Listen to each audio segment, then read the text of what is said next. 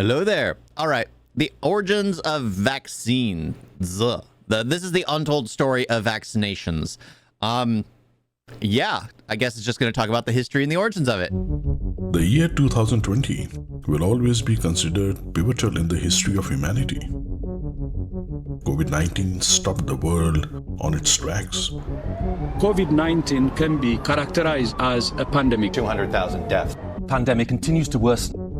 In our own lifetimes, we witnessed what a major pandemic could do and how critical are vaccines to our survival. It must have impacted some places more than others, because the only thing that really, I don't want to speak ill of really, because anything is always bad no matter what. All death is bad. But it's like some places seem to have struggled more than others. Like for me, the only thing that really happened was the hospital system has turned to complete trash. It used to be good. It used to actually, because there was a liability there. Like there would always be the people who would come in and check on the patients, who would basically know if their loved one wasn't being taken care of.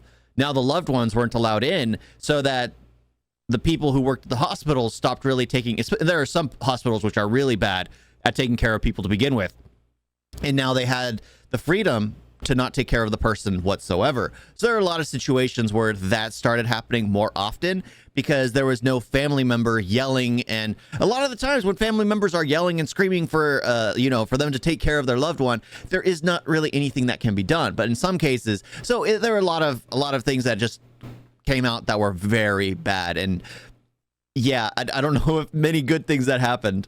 The origin of vaccines is connected to the story of smallpox. Yep. For centuries, smallpox would ravage the world as an uncontrollable force of nature, leaving millions dead in its wake. Civilizations like the Aztecs vanished from Earth because of smallpox brought by the Spanish conquistadors. And then one day, smallpox was conquered. It's not a simple. It's not technically conquered. It's been not eradicated, because it still pops up here and there, but it doesn't have that. It's much better now. It's much better now. A search on Google will take you to 1796, when the English physician Edward Jenner discovered a genius way to counter smallpox. Deliberately infect a person in a very controlled way. When the actual disease comes, the body is already immune, and he termed the process vaccination. But there is more to the story of vaccines than meets the eye. Yeah, I know they also did that in 18 years before even Jenner was born, French and Indian War. Britons like Robert Gould and other Europeans had documented the exact same process already happening in India for centuries. This was inoculation, or as Indians called it, tika. Several European letters of 18th century discuss how Brahmins in Bengal would take a small amount of material from a smallpox pustule, pass it through the skin of a healthy individual using a twisted thread, and immunize him against the disease. All this while reciting hymns of Shitla Devi or Guti Ki Thakurai. If you look at Bharat's continuous, unbroken tradition of scientific inquiry of diseases, such a tradition makes perfect sense. 7th and 8th century works like Vagbhat's Ashtang Hriday Samhita and Madhavkar's Nidan have extensive discussions on Masurika. Oh, excuse me. That came out of nowhere. And its successful treatments. A simple conclusion can be made. Vaccination for smallpox was prevalent in India way before it became known to the West. Well, that seems to be the case in most situations. You would expect to find this simple fact in the medical history of the world. After all, with such independently verifiable accounts of Britons themselves, there should be no doubt that vaccination was born in Bharat. Well, a fun fact. Normally when something isn't discovered by the West, they try to pretend it is. I mean, look at sports in America. Everything they had to reinvent. Like, okay, football. They created a whole new game which copied kind of like rugby and football and created their own just because they had to be number one. They turned the football and called it soccer. They took cricket and made baseball with less rules, but a little more challenge. I don't know. It's weird. I still don't know sports. Sports are not my thing. But yeah, it's if they're not winning, if they're not the one to discover it, they'll make it up. They'll write their own history. Yet, praise and recognition was not what came Bharat's way. In 1802, the British Raj banned the centuries-old tradition of inoculation and its practitioners to make way for the repackaged vaccination process. When smallpox was finally eradicated from India in 1977, we all applauded in unison, thanking the savior West for giving us vaccination, just like they gave us civilization and infrastructure.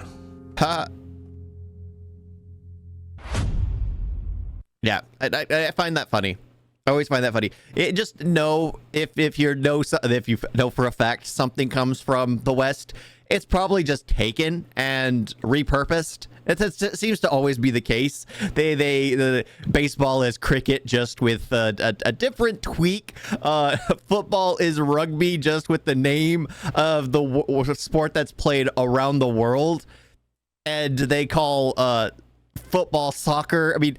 I know that's Britain doing that there, but still, it's one of those things where if they don't feel like they're on top of the world, they have to change it, because there have been many medical discoveries that have happened around the world that weren't done in the Americas or in Europe, or it was done in the other, because they would do things which would, at the time, seem barbaric to Western civilizations. Cutting someone open to do a procedure just seemed barbaric. There are all these little things that were done. Of course, bloodletting was a thing, which is making someone bleed out and it'll get the disease.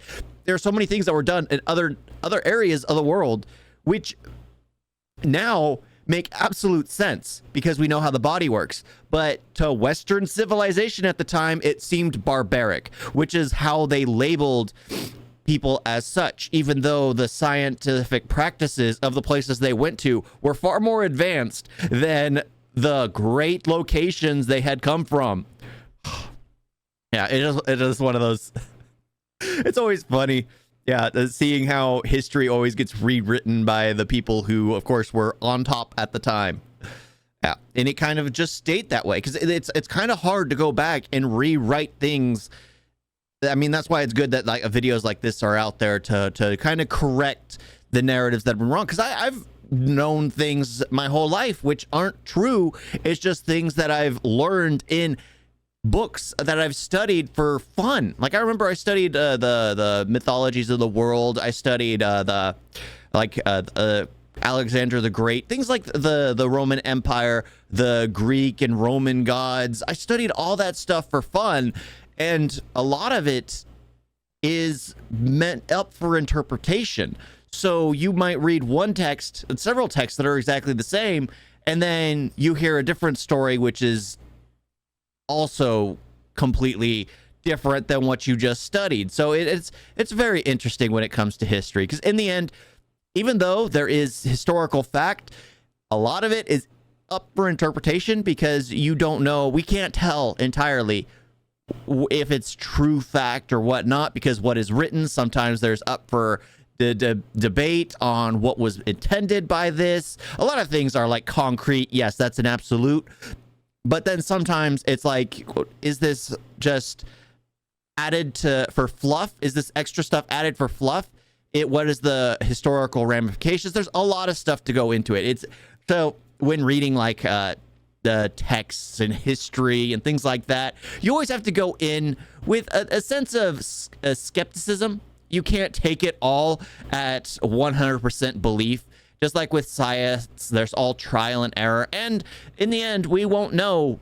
We just won't know, because what's past is past. And unless we're able to you know, look back at the past and see what happened, we will never truly know for 100%. But yeah, this is clearly obvious where things originated from. I'm pretty sure other nations as well were doing the exact same practice to eradicate like smallpox and little things like that, which knew.